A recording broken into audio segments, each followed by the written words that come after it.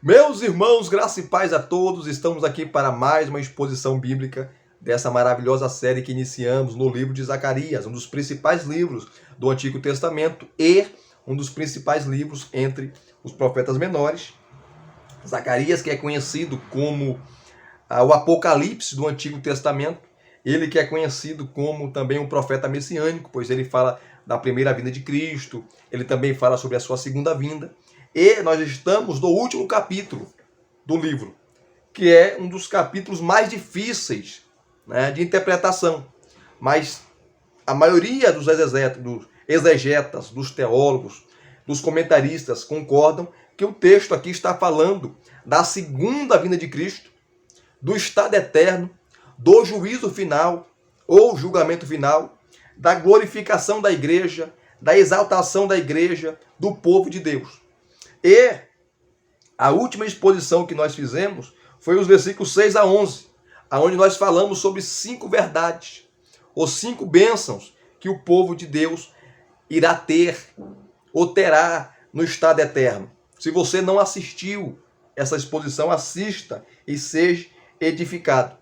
E agora nós iremos fazer a exposição dos versículos 12 a 15, depois de ele falar da exaltação da igreja, do estado eterno, tá? Falando aqui que a cidade de Jerusalém será exaltada, que é o versículo 10, que faz uma referência à igreja de Cristo, o templo de Deus, a morada de Deus, e nela não haverá, tá, maldição, porque o Senhor estará conduzindo, o Senhor estará governando, o Senhor estará reinando. O versículo 8 fala sobre o rio da vida, que faz uma referência ali, se você compara com Ezequiel 47, com o capítulo 21, a partir do versículo 23 de Apocalipse, esse rio da vida também faz uma referência ao Senhor Jesus Cristo, tá? Como a água da vida, a fonte da vida, a água da salvação, que nós bebemos dele, a nossa fonte. E quando você bebe de Cristo, você não volta a ter mais sede, você não volta a ter mais sede pelo pecado, pelas mazelas da vida, porque ele nos saciou. Ele fala lá no capítulo 4 de João, para aquela mulher, que a água que ele iria lhe dar, iria jorrar para a vida eterna, iria jorrar para a salvação. Então Cristo é essa água, Cristo é esse rio da vida. E agora, nos versículos 12 a 15, você tem aqui, claro que ele vai usar uma linguagem, né, muito forte, mas ele faz menção à punição eterna dos ímpios.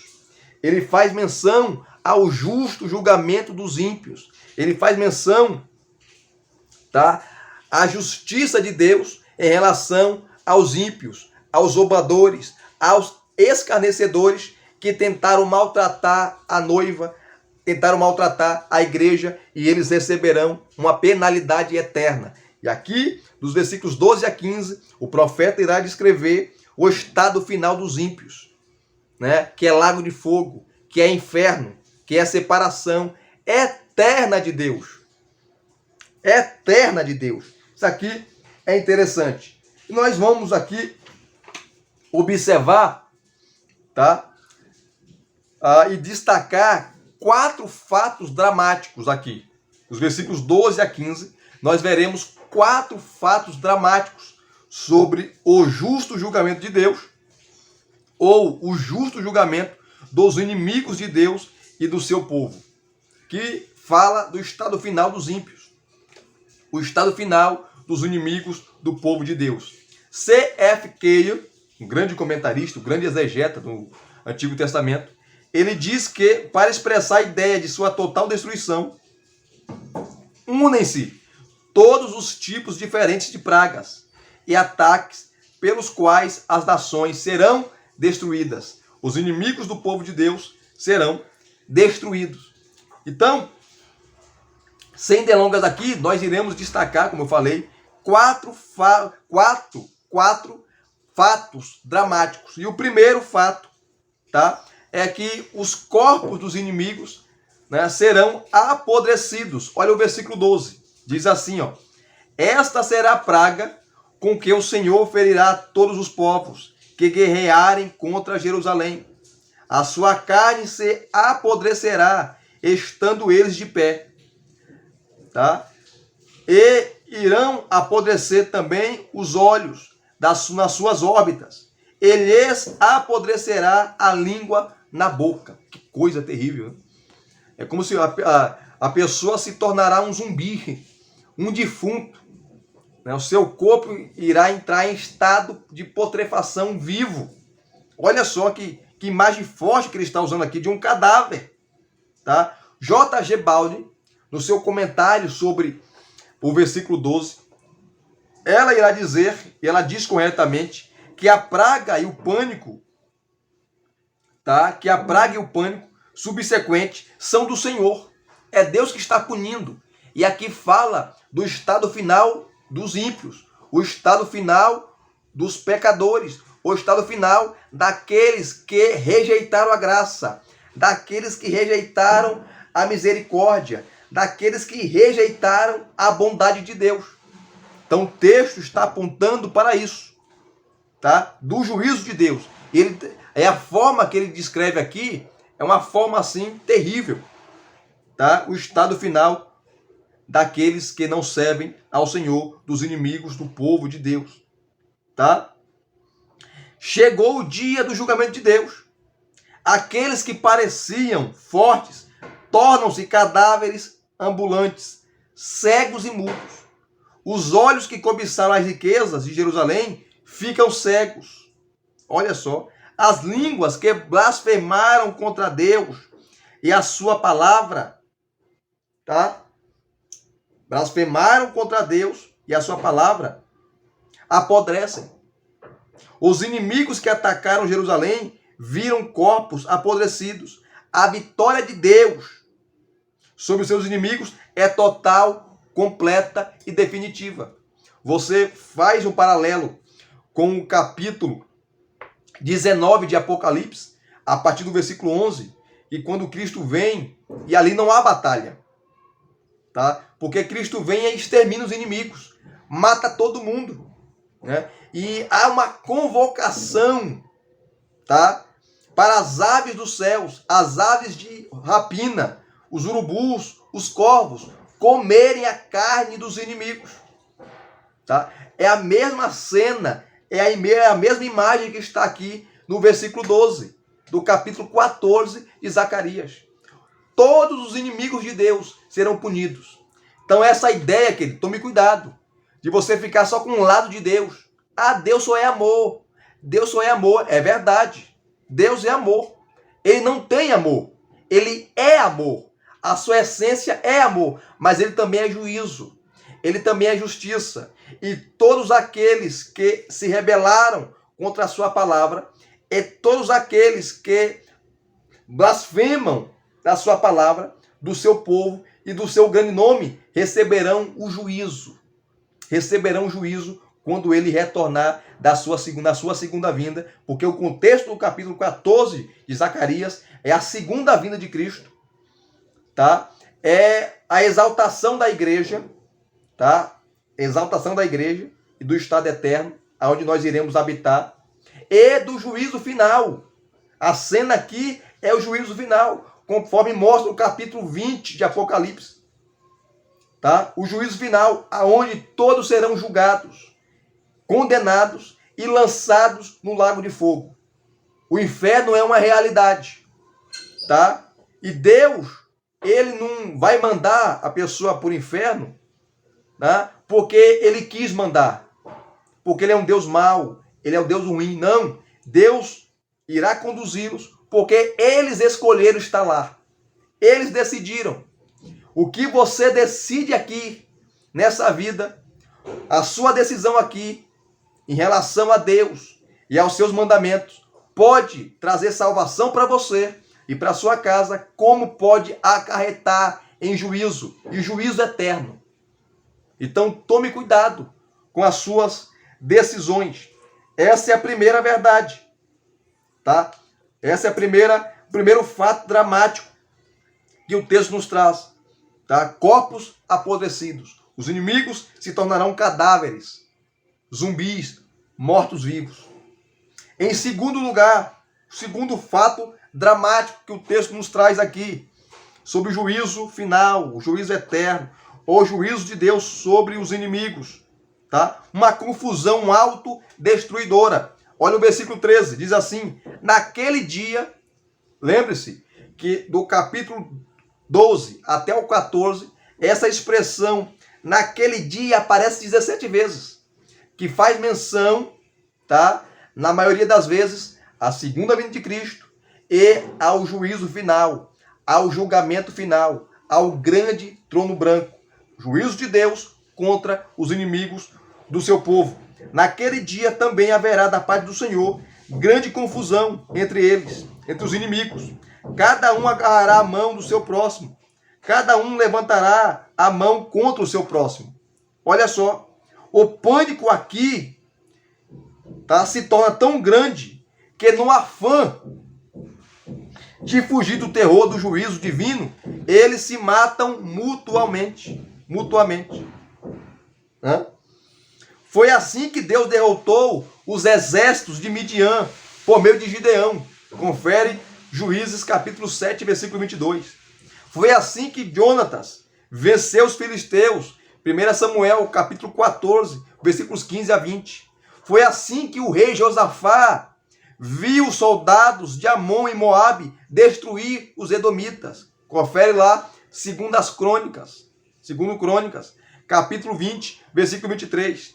Thomas Moore, grande teólogo, observa que essa figura dos ímpios ferindo uns aos outros é um retrato apropriado do inferno, o que é o inferno? O inferno é a separação eterna de Deus.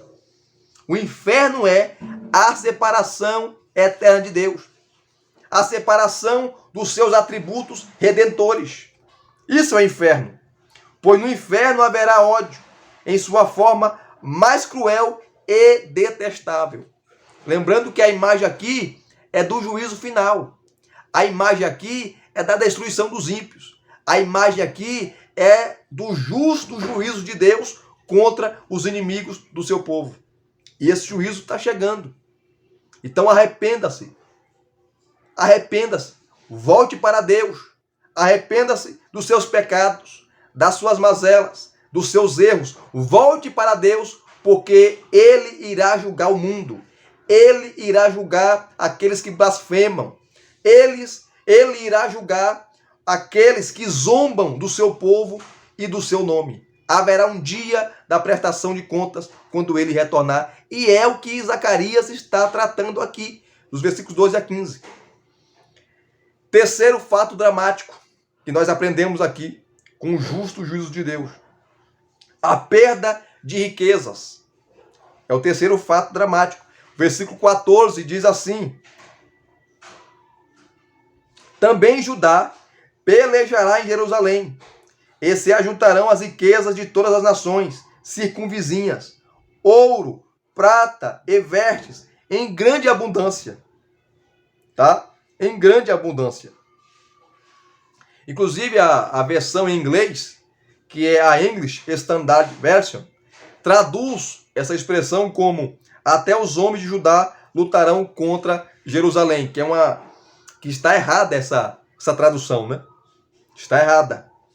Porém, essa versão está em desacordo com o contexto do livramento e da bênção do povo de Deus. Certamente, o texto aqui faz uma referência não à discórdia entre o povo, mas à unidade do povo de Deus.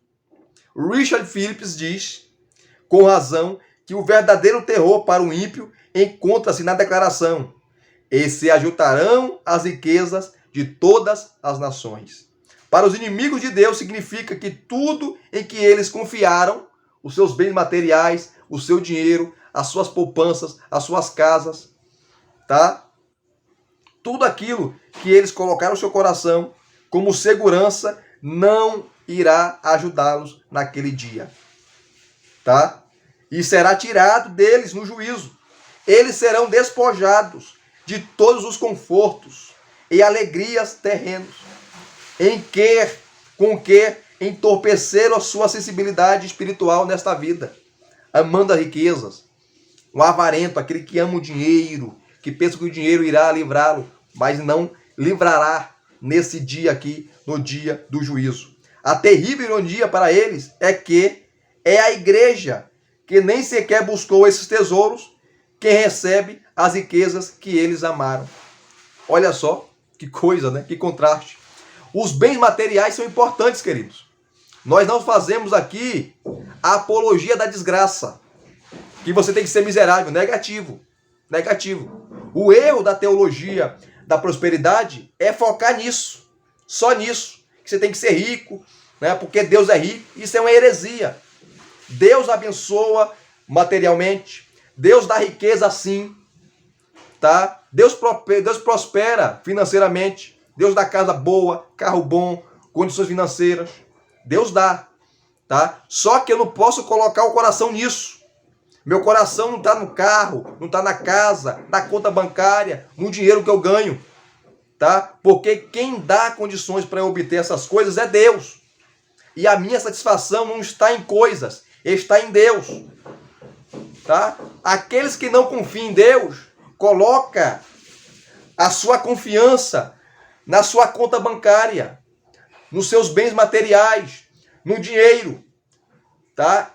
E o texto está mostrando que naquele dia o dinheiro não vai resolver, o seu status social não vai resolver, a sua posição social não irá resolver, tá? O seu diploma, tá? Não irá resolver, nada irá fazer você escapar do justo juízo de Deus.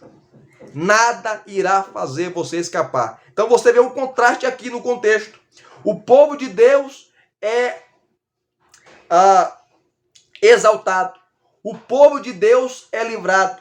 O povo de Deus é conduzido à nova Canaã, à Jerusalém eterna, à nova Jerusalém, ao estado eterno. E os ímpios são conduzidos ao inferno.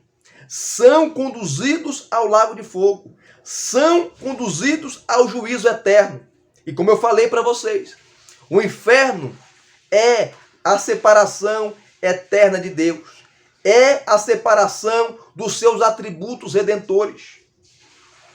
Imagina a pessoa passar a eternidade sendo atormentada, lembrando da graça que rejeitou, lembrando do perdão que rejeitou, lembrará das mensagens que ouviu e rejeitou a mensagem da graça, a mensagem do amor, a mensagem do perdão, a mensagem da misericórdia, porque o evangelho tem duas facetas. O evangelho, ele prega, e essa é a pregação do evangelho, pura e simples. Evangelho não prega riquezas. Evangelho não prega bens materiais. Evangelho prega Cristo, prega salvação, prega justificação, tá? Prega o amor de Deus.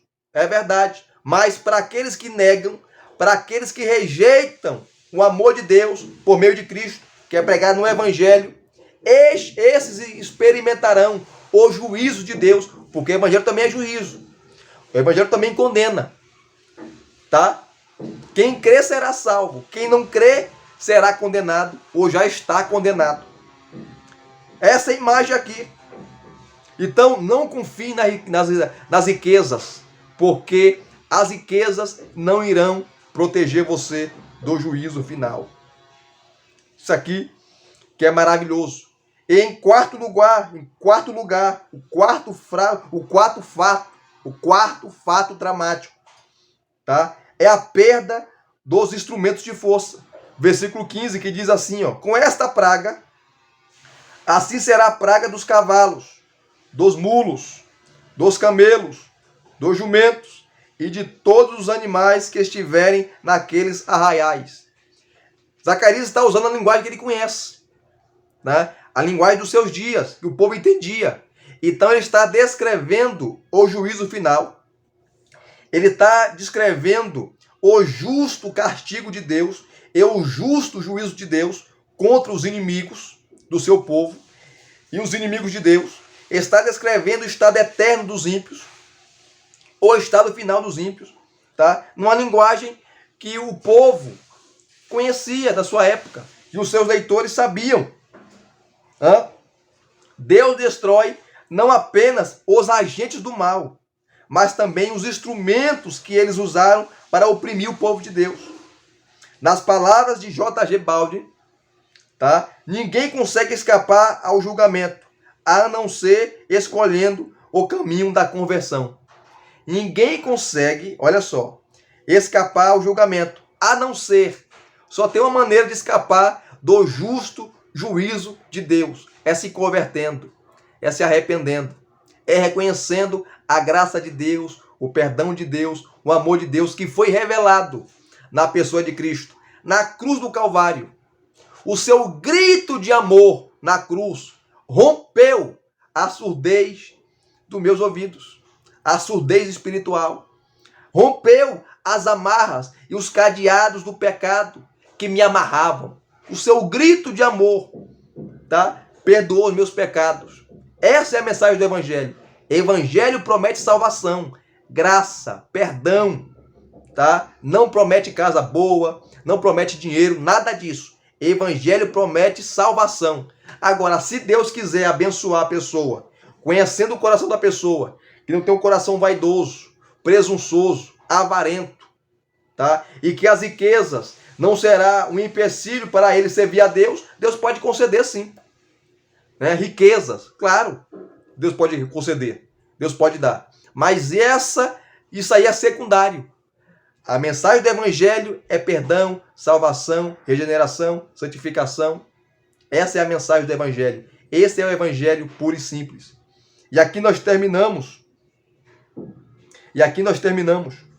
Mais uma exposição bíblica, tá? Aonde nós abordamos aqui o justo juízo de Deus. Haverá um acerto de contas. Haverá o tribunal. Né? Haverá o juízo final, aonde aqueles que rejeitaram a palavra de Deus, aqueles que zombaram da palavra de Deus, serão lançados no lago de fogo. E aqui, Zacarias, os versículos 12 a 15, ele está falando desse juízo, do estado final dos ímpios. E você vê o contraste. A igreja é exaltada. A igreja irá habitar nos tabernáculos celestes, na Nova Jerusalém, na Canaã celestial. E os ímpios habitarão no inferno, no lago de fogo, que é a separação eterna de Deus, a separação dos seus atos redentores. No inferno acaba-se toda esperança. No inferno acaba-se toda graça. No inferno acaba-se toda misericórdia. Fique com essa palavra. Não brinque com Deus, nem com a sua palavra. Vamos levar a palavra de Deus a sério, porque Ele está retornando, Ele está voltando. E se vocês gostaram de mais uma exposição bíblica, deixe aqui nos seus comentários. Deixe o seu like. Se inscreva no canal se você não é inscrito. E acione o sininho para receberem todas as notificações. Graça e paz mais uma vez. Muito obrigado a todos. Até as próximas exposições.